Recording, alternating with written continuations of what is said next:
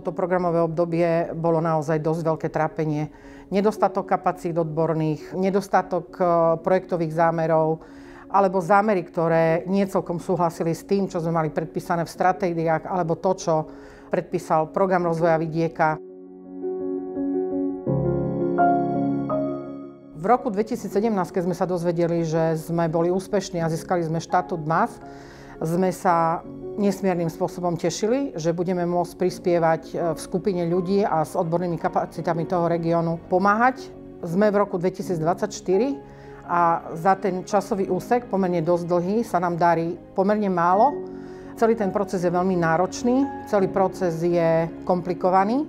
Mali sme možnosť realizovať v podstate malé projekty. To znamená veľký počet projektov za malé peniaze, ktoré v konečnom dôsledku v regiónoch nemali nejaký veľký rozvojový význam.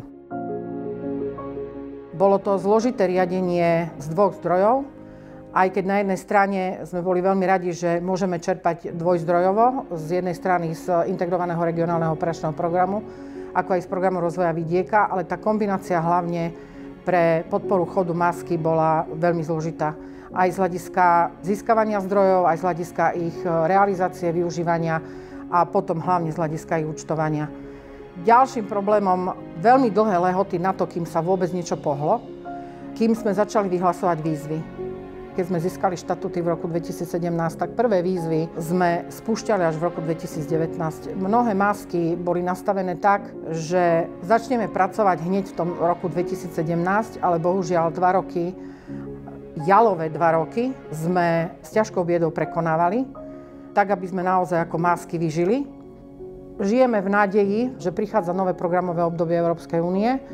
Nádejame sa, že podmienky pre čerpanie peniažkov na rozvoj vidieka budú jednoduchšie, budú radostnejšie.